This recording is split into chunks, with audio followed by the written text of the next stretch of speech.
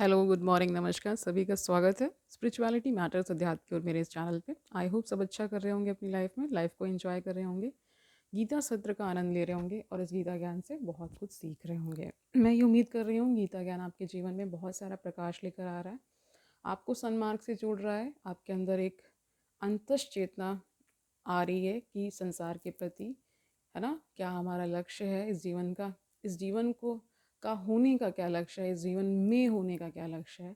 ठीक है, तो आजकल हम अध्याय 4 कर रहे हैं जिसका शीर्षक दिव्य ज्ञान है। ठीक है, जो इस सेशंस को ले रहे हैं वो समझ पा रहे हैं कि 4th chapter is so very important to you. ठीक है, तो आज तक हमने अभी तक 18 श्लोक कर लिए हैं। आज 19, 20 और 21 श्लोक करेंगे। शुरू करते हैं आज का सेशन, लेट्स गेट स्टार्टेड। ठीक है, 19वां श्लोक, यस्य सर्वे समारंभा, ठीक है, काम संकल्प वर्जिता ज्ञान अग्नि दग्ध कर्मणाम आहु पंडितम बुद्धा। बुद्धा यानी ज्ञानी। ठीक है, जिस इसका अर्थ देखिए, जिस व्यक्ति का प्रत्येक प्रयास यानी उद्यम। ओके, तो क्या कह रहे हैं कि जिस व्यक्ति का प्रत्येक प्रयास यानी उद्यम इंद्रिय तृप्ति की कामना सरहित होता है, उससे पूर्ण यानी समझा जाता है। उसे ही साधु पुरुष ऐसा कर्ता कहते हैं जिसने पूर्ण ज्ञान की अग्नि से कर्म फलों को भस्मसात कर दिया है। ठीक है, समझ गए। इसका तात्पर्य देखिए, केवल पूर्ण ज्ञानी ही कृष्ण भावना भावित व्यक्ति के कार्य संकल्पों को समझ सकता है। ऐसे व्यक्ति में इंद्रिय तृप्ति की प्रवृत्ति का अभाव रहता है। ठीक है, जो इंद्रियों में संलग्न नहीं रहता है उसके लिए कहा जा रहा है कि इंद्रिय तृप्ति, जब तक आपके अंदर बहुत ज़्यादा विषयों के प्रति जो आसक्ति वो बहुत ज़्यादा रहेगी तो उससे क्या होगा, कहीं ना कहीं आप ईश्वर से नहीं जुड़ पाएंगे। आपका मन जो है, आपकी जो सारी चेतना है वहाँ पे ही जाके रुक जाती है ना, क्योंकि वहाँ ऐसा कहते हैं जाल है कि उसको पार कर पाना मुश्किल है, क्योंकि इंद्रियों का संयम ही बहुत ज़्यादा इसमें क्या बोलते हैं इम्पोर्टेंट बताया गया। अगर वहाँ संयम नहीं है तो फिर कृष्ण भावना भावित होना या कृष्ण भावनामृत में डूबना मुश्किल है। ठीक है, तो वही बता रहे हैं, ऐसे व्यक्ति में इंद्रिय तृप्ति की प्रवृत्ति का अभाव रहता है। इससे यह समझा जाता है कि भगवान के नित्य दास के रूप में उसे अपने स्वाभाविक स्वरूप का पूर्ण ज्ञान है, जिसके द्वारा उसने अपने कर्म फलों को भस्म कर दिया है। ठीक है, उसके बाद जब जब सारे कर्म प्रभु को ही समर्पित करके करेंगे तो उसका कर्म फल आता भी है, तो मतलब उस प्रकार का नहीं आता जो अन्य लोगों का आता है। इसीलिए कह रहे हैं उसको भस्म कर दिया है।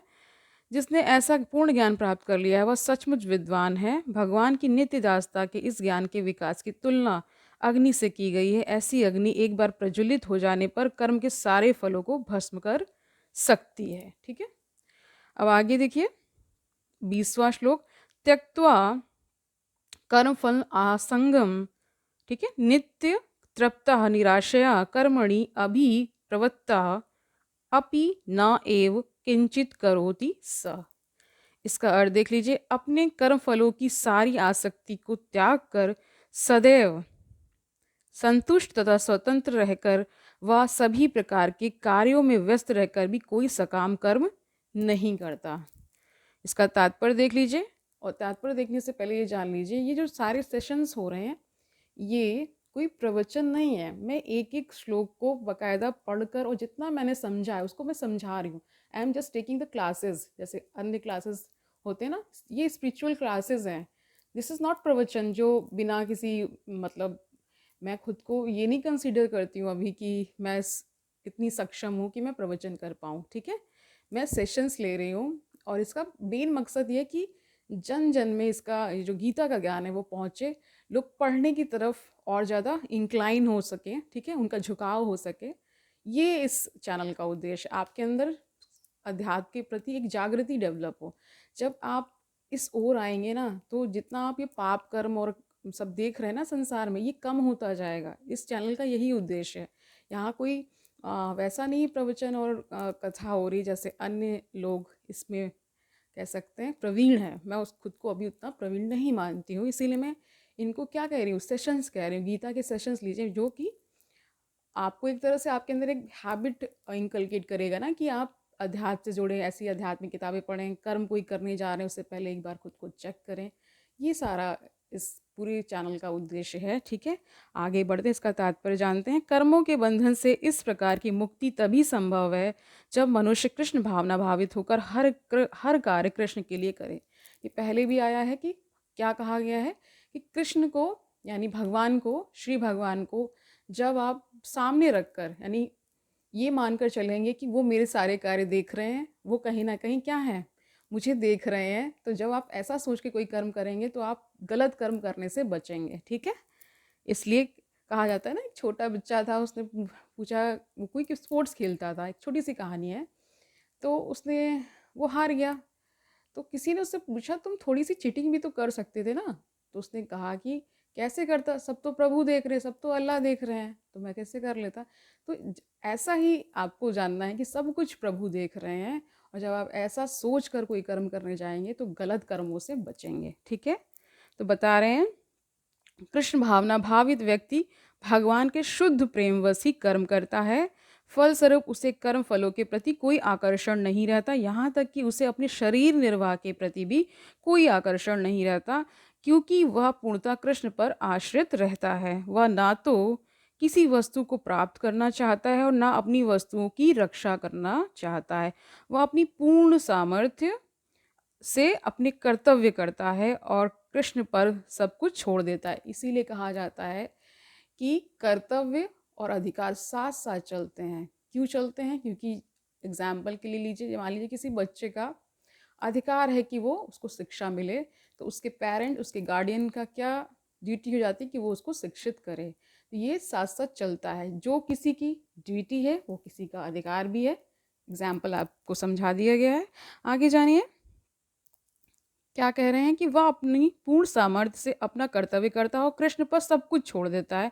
ऐसा अनासक्त व्यक्ति शुभ अशुभ कर्म फलों से मुक्त रहता है, मानो वह कुछ भी नहीं कर रहा हो। तो देखिए, ऐसे ऐसे व्यक्ति क्या होते हैं कि अच्छा हो रहा है तो भी वो संतुष्ट है, नहीं हो रहा है तो भी संतुष्ट है। समभाव की स्थिति है। ये स्थिति दुर्लभ तो है, लेकिन ऐसा नहीं कि लोगों ने अचीव नहीं किया है।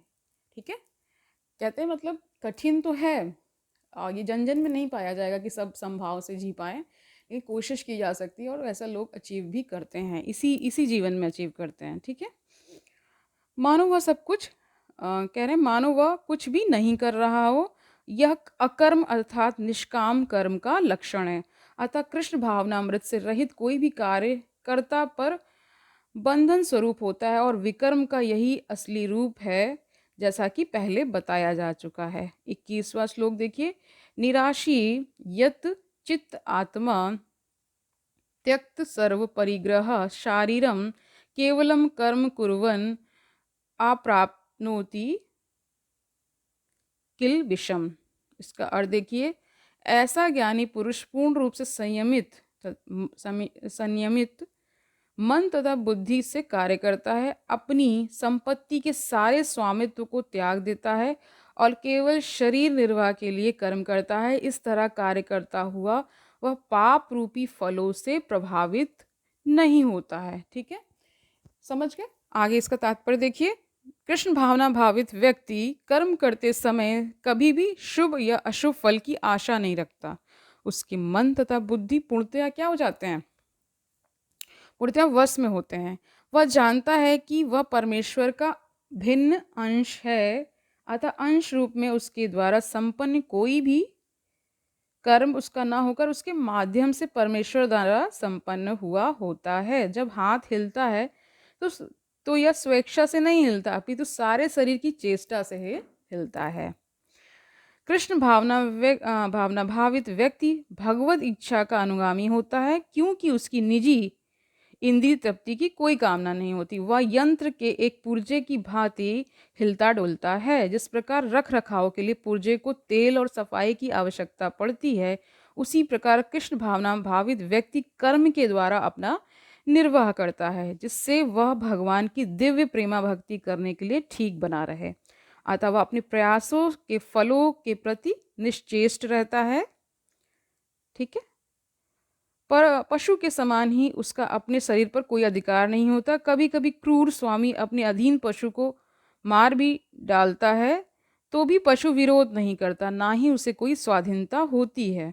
आत्म साक्षात्कार में पूर्णतया तत्पर कृष्ण भावना भावित व्यक्ति के पास इतना समय नहीं रहता कि वह अपने पास कोई भौतिक वस्तु रख सके। अपने जीवन निर्वाह के लिए उसे अनुचित साधनों के द्वारा धन संग्रह करने की आवश्यकता नहीं होती, अतः वह ऐसे भौतिक पापों से कल्मशग्रस्त नहीं होता, वह अपने समस्त कर्म फलों से मुक्त रहता है। इसमें देखिए ये बताया जा रहा है कि कोई भी, जैसे मान लीजिए आप धन अर्जन भी कर रहे हैं, ठीक है, तो आपको चेक करना है कि कोई गलत माध्यम से तो धन नहीं आ रहा है। इसके लिए भी चेकिंग बताई गई है और ये कहा गया है कि अगर आप सही साधनों का प्रयोग करके धन का अर्जन करते हैं तो वो क्या होगा, वो आपका अच्छा कर्म फल देगा ना। अच्छा कर्म बनाएगा तो फल भी अच्छा आएगा। तो इस पे भी आपको चेकिंग करते रहना है। तो आज के लिए इतना ही रखते हैं, ठीक है। आज के पूरे सेशन का सार यही है, कर्म फल कर्म और कर्म फल पर बेसिकली इसमें स्ट्रेस दिया गया, इसमें बताया गया है। और ये भी बताया गया है कि जो व्यक्ति कृष्ण भावना भावित होते हैं वो सारे जो कर्म करते हैं प्रभु को समर्पित करके करते हैं, इसीलिए फिर उसका कर्मफल उस प्रकार का नहीं होता, या कहते थे भस्मीभूत हो जाते हैं उनके कर्मफल, ठीक है। ओके, तो फिर आज के लिए इतना ही रखते हैं, कल मिलते हैं। तब तक के लिए आनंद से रहिए, खुश रहिए, दूसरों को आनंद दीजिए, अपने जीवन में अध्यात्म से बहुत सारा लाभ उठाइए, ठीक है। इससे बहुत सारे लाभ हैं, क्योंकि माइंड चंगा तो फिर सभी कुछ चंगा, ठीक है। कल मिलते हैं। हरि ओम तत्सत।